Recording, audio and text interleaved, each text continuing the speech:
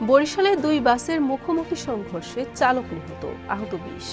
শুক্রবার জুমার নামাজ অবস্থায় ঢাকা ও বরিশাল সহ দেশে ভূমিকম্প। বিয়ের প্রলোভনে ধর্ষণ ও ভিডিও ধারণ, বিসিসি কর্মকর্তা গ্রেফতার।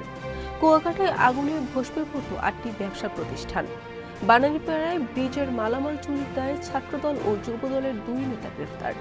বাকেরগঞ্জে রোজার প্রথম ভাগে জমে উঠেছে ঈদের কেনাকাটা। বানারীপাড়ায় আওয়ামী লীগ কার্যালয়ে বঙ্গবন্ধু ও শেখ হাসিনার ছবি টানিয়ে জাতীয় পতাকা উত্তোলন।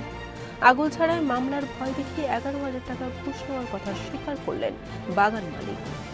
আসসালামু আলাইকুম। বরিশাল নিউজ থেকে রাত ৯টার শীর্ষ সংবাদ, আমি ফারহানা করিম তুলি। এতক্ষণ শুনলেন সংবাদ শিরোনাম, এখন বিস্তারিত।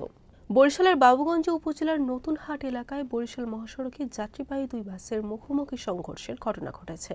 এতে এক বাস চালক নিহত হয়েছেন এবং আহত হয়েছেন অন্তত ২০ জন। শুক্রবার জুমার নামাজ অবস্থায় থাকা ঢাকা, বরিশাল সহ দেশের বিভিন্ন স্থানে ভূমিকম্প অনুভূত হয়েছে। বেলা ১:৫২ মিনিট ২৯ সেকেন্ডে ভূমিকম্পটি অনুভূত হয়। রিক্টার স্কেলে এর মাত্রা ছিল ৫.৪। কয়েক সেকেন্ড স্থায়ী এই কম্পনের উৎপত্তি স্থল ছিল সাতক্ষীরা। বিয়ের প্রলোভনে এক গৃহবধূকে ধর্ষণ ও ভিডিও ধারণ সহ হুমকির অভিযোগের মামলায় গ্রেফতার হয়েছেন বরিশাল সিটি কর্পোরেশনের এক কর্মকর্তা। বৃহস্পতিবার মহানগর পুলিশের কাউনিয়া থানার একটি দল তাকে গ্রেফতার করে বলে জানান কাউনিয়া থানার এএসআই শফিকুল ইসলাম। পর্যটন কেন্দ্র কুয়াকাটায় আগুনে পুড়ে ভস্মীভূত হয়েছে ৮টি ব্যবসা প্রতিষ্ঠান। এ সময় আরও ৩টি দোকান আংশিক ক্ষতিগ্রস্ত হয়েছে। শুক্রবার সকাল ৬:৩০টার দিকে পৌর শহরের বেড়িবাঁধ বাইরে সি কুইন হোটেল সংলগ্ন এলাকায় এই অগ্নিকাণ্ডের ঘটনা ঘটে।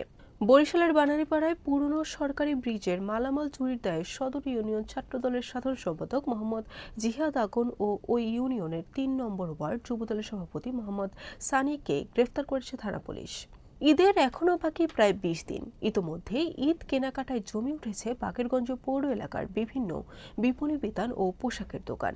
কেনাকাটায় ভিড় এড়াতে এবার আগে ভাগেই পছন্দের পোশাক কিনতে বিপণী বিতানে ছুটছে ক্রেতারা। দীর্ঘ ১৮ মাস পরে বরিশালের বানারীপাড়ায় কার্যক্রম নিষিদ্ধ উপজেলা আওয়ামী লীগ কার্যালয়ে দলীয় পতাকা উত্তোলন এবং বঙ্গবন্ধু শেখ মুজিবুর রহমান ও সাবেক প্রধানমন্ত্রী শেখ হাসিনার ছবি টানানো হয়েছে। শুক্রবার সকালে সামাজিক যোগাযোগ মাধ্যমে ফেসবুক সংক্রান্ত একটি ছবি ভাইরাল হয়। বরিশালের আগলছাড়ায় ১১,০০০ টাকা ঘুষ নেওয়ার কথা স্বীকার করলেন উপজেলা বন বিভাগের বাগান মালিক দেলোয়ার ব্যাপারী।